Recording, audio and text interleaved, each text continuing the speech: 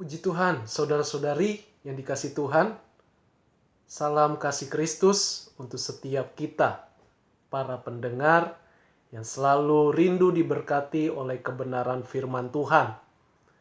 Dan dalam beberapa menit ini, saya rindu membagikan berkat untuk membangkitkan iman saudara, semangat saudara, gelora saudara dalam keadaan apapun.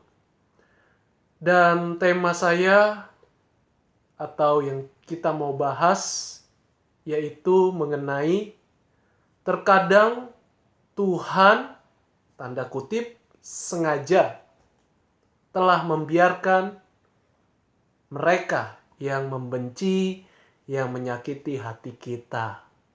Kita juga akan melihat seperti tokoh di Alkitab yaitu Daud. Tetapi saudara, sebelumnya kita terlebih dahulu berdoa. Haleluya. Tuhan Yesus, terima kasih. Roh Kudus sanggup memberi kami hikmat, pengertian, dan juga kekuatan untuk mengalami kuasa Tuhan, hadirat Tuhan, dan lawatan Tuhan dimanapun kami berada.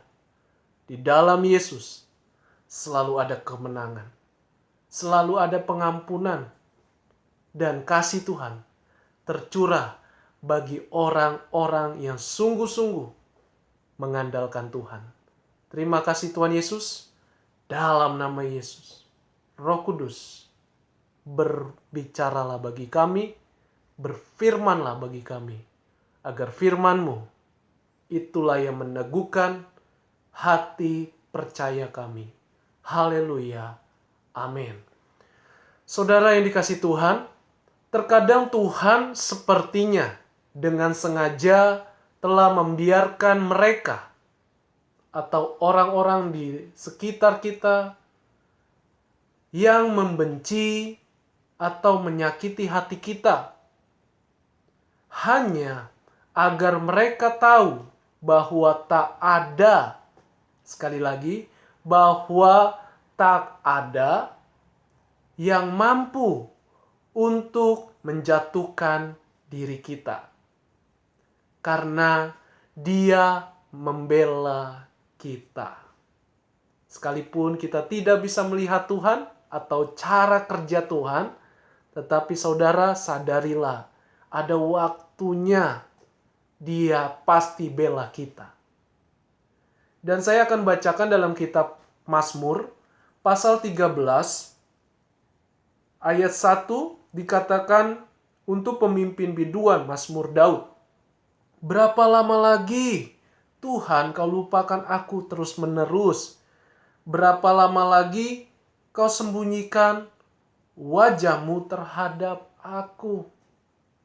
Daud mengalami di mana orang-orang berusaha untuk menjatuhkan, untuk membunuh dia.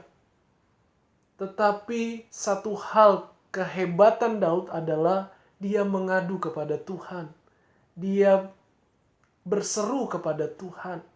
Karena hanya Tuhan satu-satunya yang sanggup, yang dapat membela Daud, saudara, dan juga saya.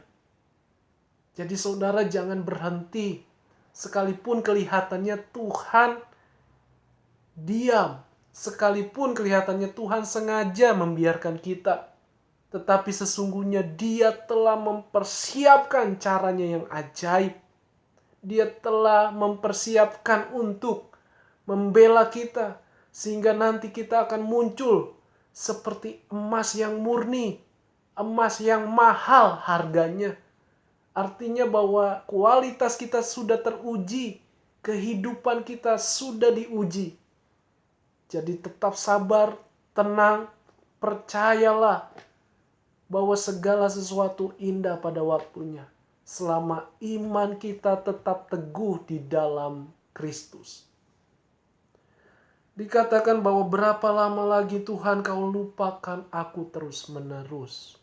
Kelihatannya Tuhan seperti tidak menolong. Di ayat 3, berapa lama lagi aku harus menaruh kekhawatiran dalam diriku dan bersedih hati sepanjang hari? Berapa lama lagi musuhku meninggikan diri atasku?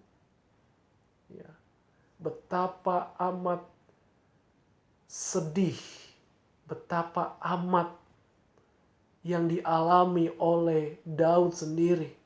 Seolah-olah tidak ada lagi jalan keluar. Seolah-olah musuh-musuhnya semakin bertambah, semakin membanggakan dirinya. Seolah-olah tidak ada pembelaan Tuhan. Dan saat ini saya mau bicara kepada siapapun saudara yang mendengar channel ini. Tuhan masih bela kita. Sekalipun kita belum melihat. Sekali lagi, Tuhan pasti bela kita. Sebab di ayat yang keempat, pandanglah kiranya, jawablah aku ya Tuhan Allahku. Buatlah mataku bercahaya supaya jangan aku tertidur dan mati. Supaya aku tidak kehilangan pengharapanku. Dan aku binasa. Aku lemah. Aku tak berdaya. Tetapi ayat selanjutnya, ayat 6. Saya langsung lompat. Saya baca, tetapi aku, Daud, kepada kasih setiamu aku percaya. Hatiku bersorak-sorak karena penyelamatanmu. Aku mau menyanyi untuk Tuhan karena ia telah berbuat baik kepadaku. Wow, pada akhirnya, ujung-ujungnya, Tuhan membela kita. Tuhan tidak membiarkan kita.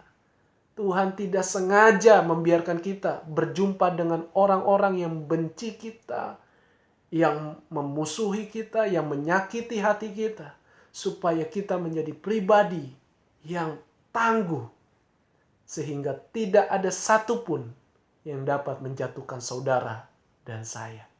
Karena pembelaan kita adalah dari Tuhan.